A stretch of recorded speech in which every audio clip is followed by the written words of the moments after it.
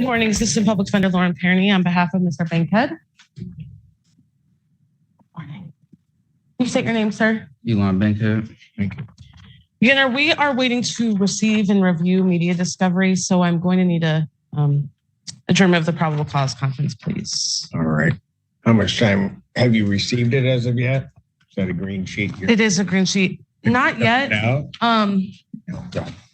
Zinda believes that she released something to us. We don't have it on our end. I don't know if it's our end or their end, but we are in communication about it. And we're going to. Ms. Zinda said she did it, then it's your end. I believe that as well, Your Honor. Saying. To make sure it'll be released. We have it. It'll be released. Right. Gotcha. And address bond, Your Honor.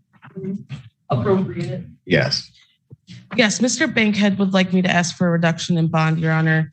Hold on one moment. Sure. So you're going to get that released. How much time are you going to need to review that? I'd ask for the shortest possible adjournment, Your Honor. Mr. Bankhead's very motivated. Probable cause conference, January 30th, 2025, 9 a.m. All right, go ahead. Bond. Well, I don't know. Did you have something? Your Honor, we would be addressing the defendant's phone privileges and be asking that they be revoked. He's making calls to not the victim, but we link other family members and saying things like, tell her, make sure you know who, don't make sure she don't show up to court. And the more she don't come to court, we good. Other calls, he says, can you tell my mom, make sure you know who don't come to court, get in contact with Marquisha, the victim. Tell her if she really wants to be with me, go to call the prosecuting attorney, tell her to drop all this expletive. Tell them, do everything to get off this. I don't care anymore. If she really wants to be with me, call her and tell her to drop all this. Other people contact the victim and telling her to not come to court, to drop the charges. Your Honor, this is the first time hearing of it. I would ask that the court not revoke his phone privileges until I'm able to review the calls. His bond will continue at this point. Defendant's phone privileges are revoked pending a hearing. Thank you, Your Honor. Thank you. Thank you, Your Honor.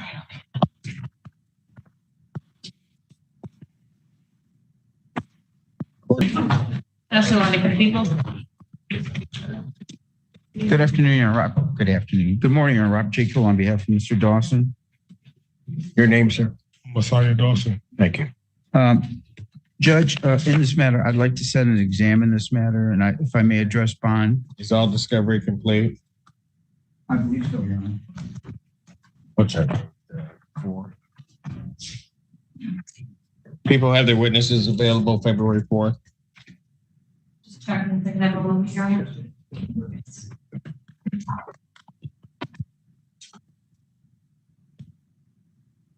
Judge, I have a trial on with Judge Kunke on February 3rd. That's definitely going to go. CFC matter. February 11th? No, oh, that'd be fine. Preliminary examination in person, February 11th, 2025, 9 a.m. in person before Judge Alvo. Thanks, Your Honor. Judge, just as to bond, this young man, if you recall, you told him to test. He lives in Detroit. There was some issue of, and I remember this, the court, not you and I discussing that we were going to try and find a testing facility closer to the Detroit area where he was living. That was the issue of him not testing. We would renew that request. I believe that's the only reason that this young man is now in jail. And we would ask for a PR bond. Well, I would permit him to test there, but he didn't test. He's got to sign the release. We have no information. Well, Judge, he was trying to test here and get rides up to here. He showed up late. They refused to test him. Quite frankly, I think, and then he just didn't test. But it wasn't because he didn't want to test. I think if you tested him, that he would be clean, and that he's willing to follow the court orders if he can get a testing facility in Detroit. I'm just asking if you find a testing facility and it meets the approval, you can either get mine or Judge Valvo's signature on it. I don't have a problem with that. And then I'll let Judge Valvo, since it's her case now, set the bond, or if you need to get it before me, I'll deal with it. So if we find a testing facility, you would refuse it? is approved by community corrections, I do not have a problem. I just want a certain level of testing. What's that? We're gonna come on. And he has to sign a release. He's now saying, Judge, if that he'll get a ride out here. He'd like to be out of jail, obviously. I know, but we tried that and that didn't work. So which way do you want it? It's either going to be he's going to test here or he's going to. Well, if you're going to make a commitment to test here, you can't fail. Judge, he said he's willing to. I didn't Your finish. first request was to find a facility. Find a facility that's approved by community corrections. I'll sign the order. You can have Judge Valvo sign the order. I don't have a problem doing that. But I'm not going to go around in this circle where he doesn't make it out here and then doesn't test, and we're back here doing this again. Well, if he's selling the court. I just said what I said.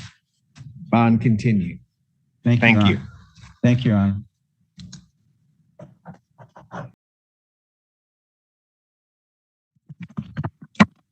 That was a lot of walking. Go ahead. No, it's all right. Go on. Thank you, Your Honor. Today is the date and time set for his probable cause conference. We're going to ask for adjournment in this matter. We like to see if my client qualifies for mental health court. All right. You know their timing at this point. I don't have the referral form. So I spoke to my client last night about whether or not he'd be willing to do this, and he indicated yes, Your Honor. So I'll get the paperwork filed today. Wait. All right. Probable cause conference, February 13th, 2025, 9 a.m. Bond continue. 9 a.m. Your Honor, as far as bond goes, my client would like the opportunity to be released. He did miss one day for this court. Your Honor, he is kind of at the mercy of somebody else at that point in time, and he's homeless, so he didn't get the notice. It's my understanding that the notice was that person indicated after the time that he should be here. My client, he will. How do you come back into custody? Your Honor, I think didn't he walk up to a police officer while you were at the Delana Center? I'm not. I don't remember. My client also has mental health needs and some cognitive issues, Your Honor.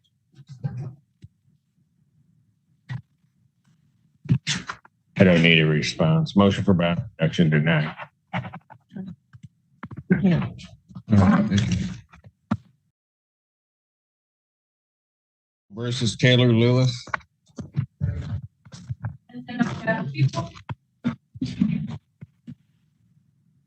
Morning, I'm Rob Jacob on behalf of Taylor Lewis.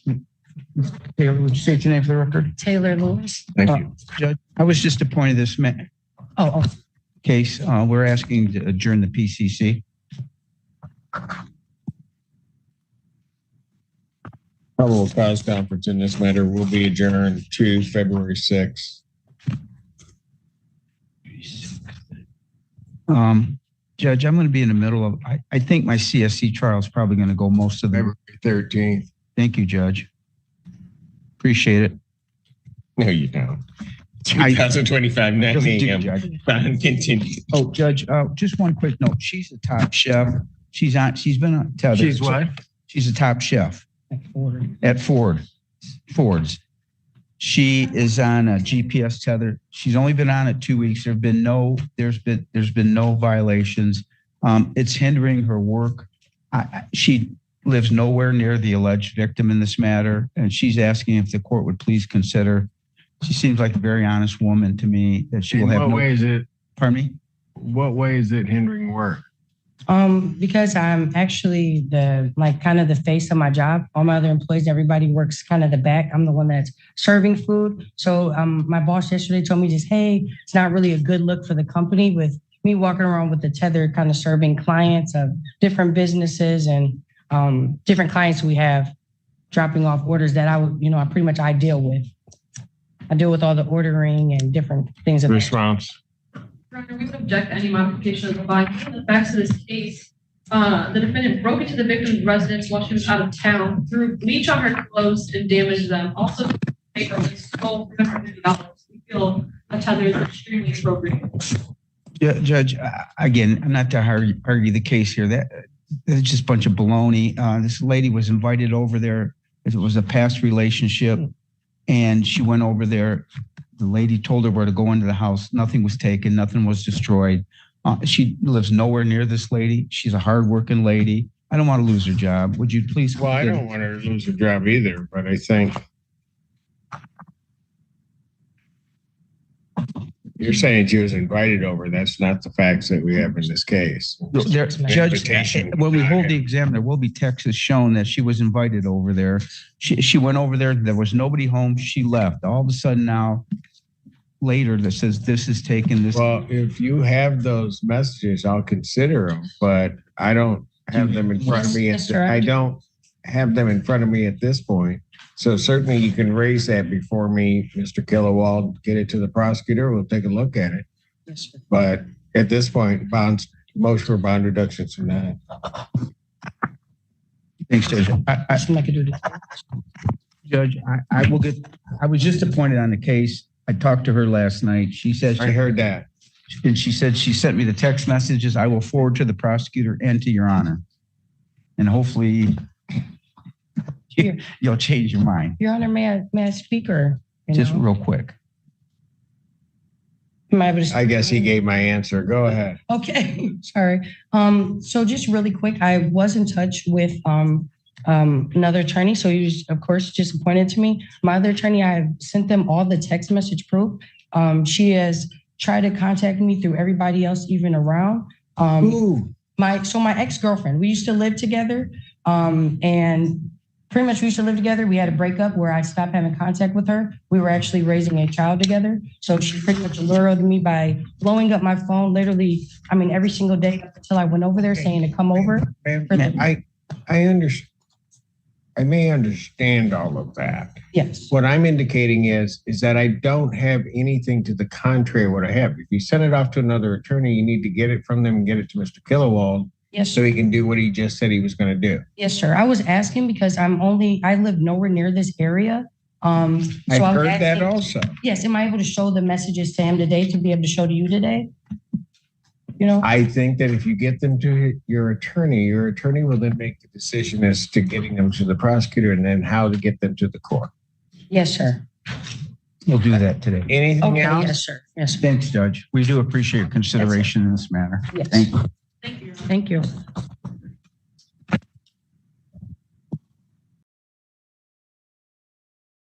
With on behalf of Mr. Mikowski-Smith, who's coming up to the podium. Please state your name for the judge. Mario Mikowski-Smith. Thank you. Your Honor, I'm hoping to set this case for preliminary examination. Discovery is complete. I'm also hoping to address bond as well. Your Honor, we would also include that on the appropriate. Surprise.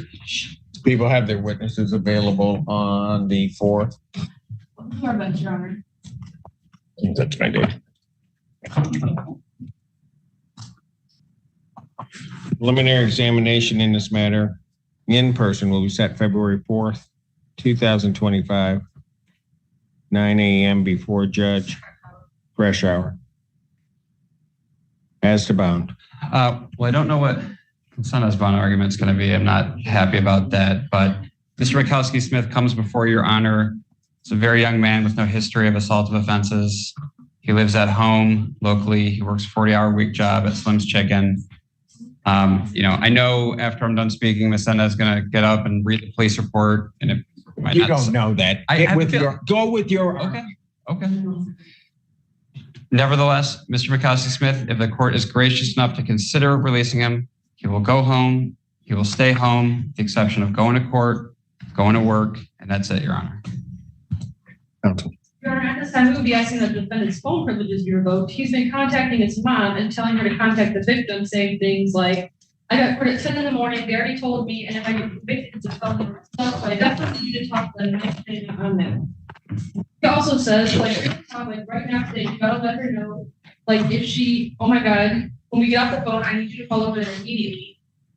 And then he says, you make sure what's her name knows not to come at all. Basically, nobody. Okay, I'm good. So try to let that be known. Just try to let that be known.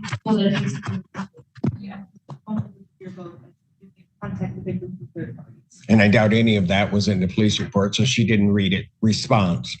I have no response here. Motion for bond reduction is denied. Phone privileges are revoked. You can ask for a hearing if you'd like. Thank you. Your Honor.